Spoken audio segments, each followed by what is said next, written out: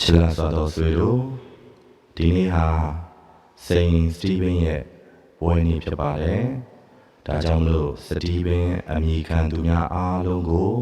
Happy Feast Day ပါလို့နှုတ်ခွန်းဆက်ပါတယ်။ဒီနေ့ချမ်းစာထဲမှာအဆုံးတိုင်အောင်တည်ကြည်ခိုင်မြဲသောသူသည်ကယ်တင်ခြင်းခံရလိမ့်မည်တဲ့။ဒီနေ့ဟာစိန်စတီဗင်ရဲ့ပွဲနေ့ဖြစ်တဲ့အတိုင်းပဲစိန်စတီဗင်ရဲ့ဘဝအတ္တမှာလည်းဘဝဆုံးတဲ့ထိအောင်ကိုအဆုံးတိုင်အောင်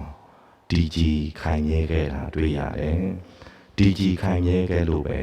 စိန်စတီဗင်ဟာယဟန္တာတစ်ပါးဖြစ်ခဲ့ခြင်းပဲဖြစ်တယ်။တမန်တော်ကြီး12ပါးကနေပထမဦးဆုံးဥပဇင်း2ပါးကိုရွေးကောက်တယ်။အဲဒီ2ပါးထဲမှာစိန်စတီဗင်ဟာလည်းတစ်ပါးအပါဝင်ဖြစ်တယ်။ဒါဥပဇင်းရဲ့တာဝန်ဝတ္တရားအတိုင်းစတီဗင်ဟာဧဝံဂေလိတရားကိုအမှန်အတိုင်းပဲဟောကြားခဲ့တယ်။လိုအပ်နေတဲ့သူတွေကိုအကူအညီခဲ့တယ်နော်ဒီလိုနဲ့ပဲနောက်ဆုံးမှာအသက်ခံရပြီးတော့ယဟန္တာတစ်ပါးဖြစ်ခဲ့ရခြင်းပဲဖြစ်တယ်။ဒါကြောင့်မို့ကျွန်တော်တို့ရဲ့ဘဝတတ္တာမှာလည်းနေ့စဉ်နေ့တိုင်းအဆုံးတိုင်အောင်တည်ကြည်ဖို့ရန်အတွက်လိုအပ်တယ်။စိန်စတီဗင်ဟာ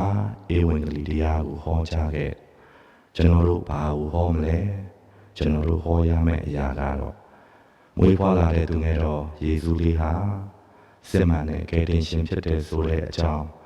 လူသားအားလုံးကိုကယ်တင်မယ်ဆိုတဲ့အကြောင်းစစ်မှန်တဲ့ငြိမ်းချမ်းခြင်းတရားဟာသူငယ်တော်လေးမှာပဲရှိတယ်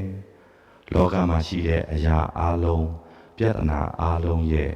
အဖြေဒုက္ခအားလုံးရဲ့အဖြေဟာသူငယ်တော်ယေရှုလေးဖြစ်တယ်ဆိုတာကိုကျွန်တော်တို့တရားဟောကြားရမှာဖြစ်တယ်ကျွန်တော်တို့ရဲ့ကိုယ်စိတ်နှလုံးသွင်းမှနဲ့တရားဟောကြားရမှာဖြစ်တယ်စိန်စတီဗင်ကလိုအပ်နေတဲ့သူတွေကိုကူညီခဲ့တယ်ကျွန်တော်တို့ဘယ်သူတွေကိုကူညီမလဲ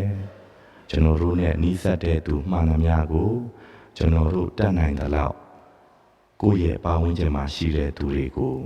ကူညီရင်းနဲ့ပဲကျွန်တော်တို့အဆုံးတိုင်အောင်တည်ကြည်နိုင်အောင်ကြိုးစားကြရမှာဖြစ်တယ်။ဒါကြောင့်မလို့ဒီနေ့တရက်တာလုံးမှာလည်း